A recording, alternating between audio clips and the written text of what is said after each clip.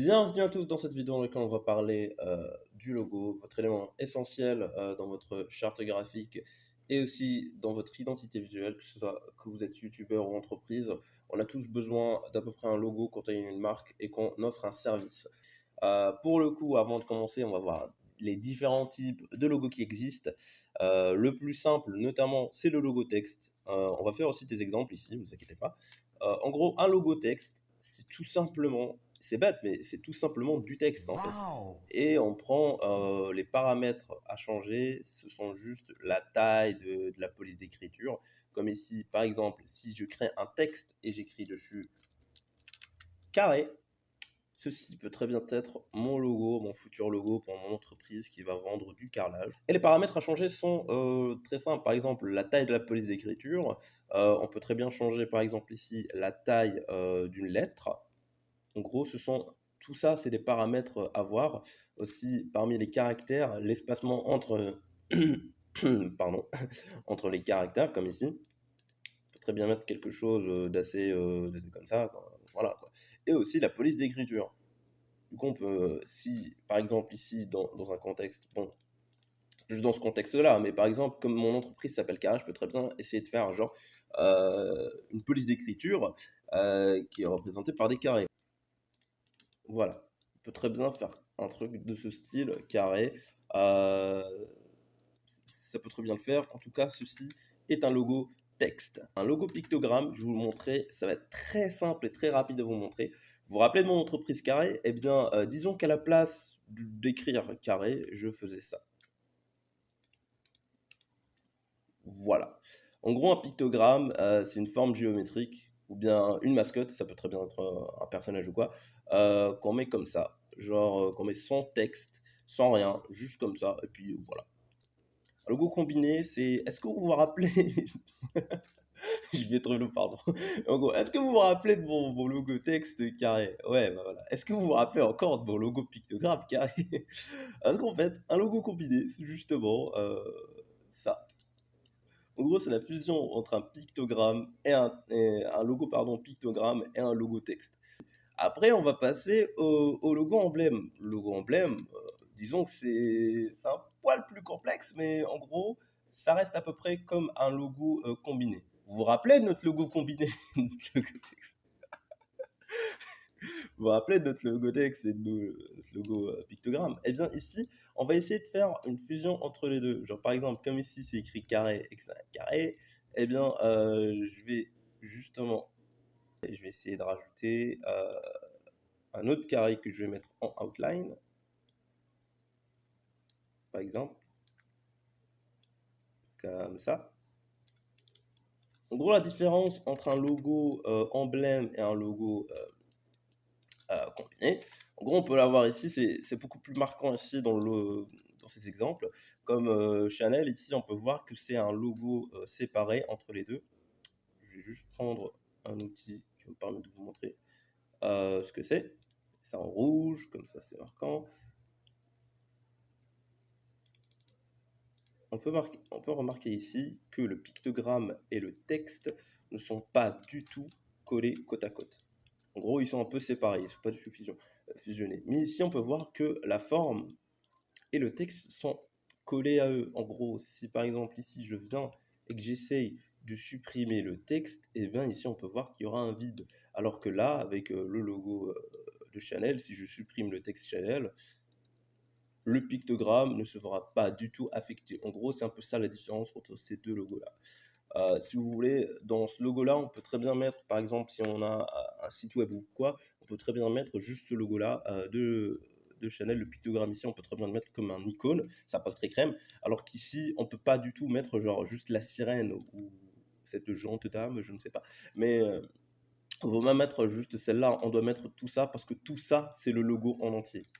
Voilà quoi. Voilà un peu la différence entre un logo combiné et un logo emblème. Donc ici, on a une compagnie que l'on contacte qui s'appelle Gold2. Donc on va passer progressivement, du coup je vais passer du logo texte à logo pictogramme, emblème et tout et tout.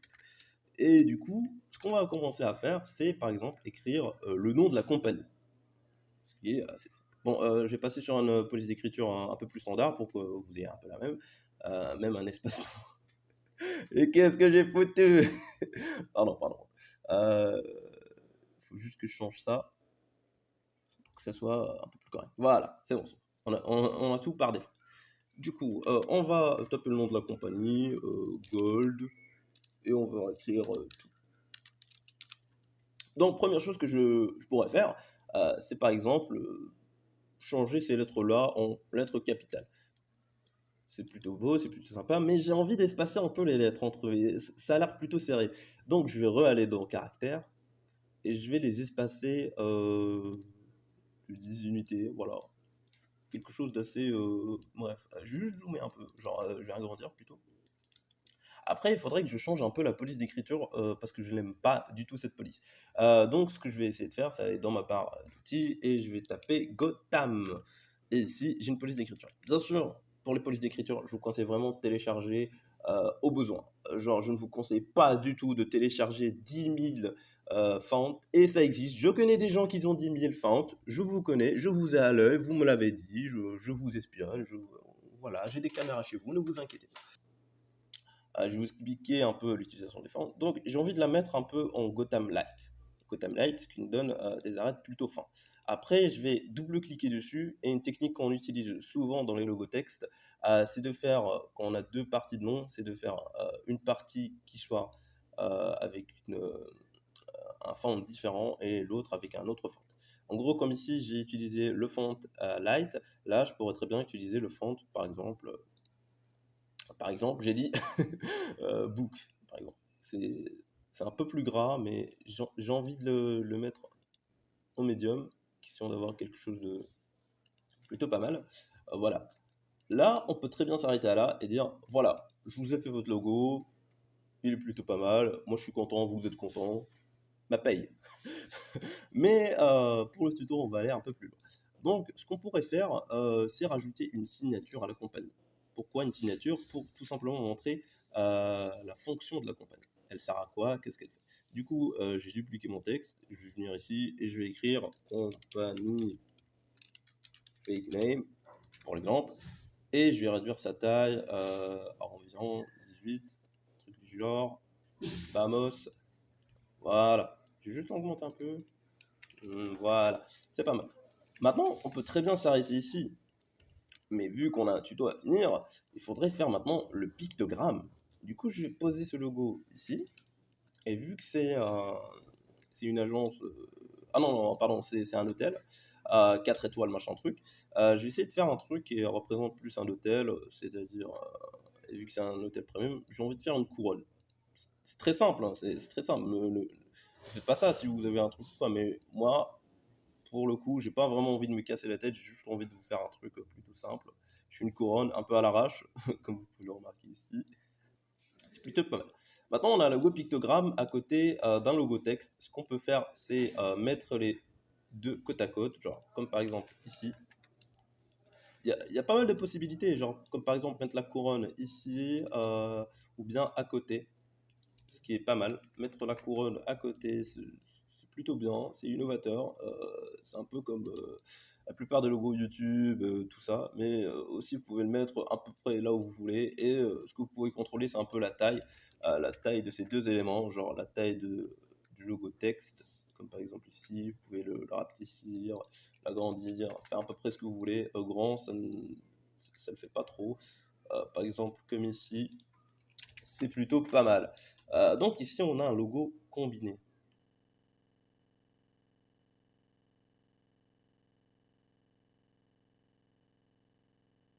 En gros, là, j'ai un logo emblème. C'est pas très concret comme exemple, mais c'est le meilleur que j'ai pu faire pour le coup sur le tas en live. Euh, donc, donc, en conclusion, je dirais que pour faire un logo, c'est très simple. Je vous conseillerais surtout d'utiliser si vous êtes débutant, que vous ne savez pas vraiment faire genre des pictogrammes ou quoi, je vous conseillerais de faire des logos texte. C'est très bien aussi. Un logo texte, ça peut vraiment faire comme sur Facebook ou bien Netflix par exemple. C'est juste du texte. C'est très simple. Après, si vous voulez faire des logos combinés comme cela, je vous conseille vraiment, comme je vous ai dit, de faire des logos simples, comme ici, qui vous permettent de créer un logo plutôt ergonomique. Si vous rétrécissez la taille, ça ne change pas. En tout cas, voilà. Pour le coup, je voulais faire un peu de pub pour mon compte Fiverr. Fiverr, je sais pas comment c'est ce truc. Mais en gros, c'est un site de freelance dans lequel je me suis inscrit récemment, pardon, et dans lequel je propose mes services pour créer des logos. Euh, les services sont assez moyens chers, je dirais, mais en gros, c'est pour de la bonne qualité professionnelle. Je vous le dis aussi. Bon, en tout cas, j'espère que cette vidéo vous aura plu. N'hésitez pas à me dire ce que vous en avez pensé dans les commentaires. Yes, j'ai enfin dit cette phrase de youtubeur connu. Et je vous dis à la prochaine.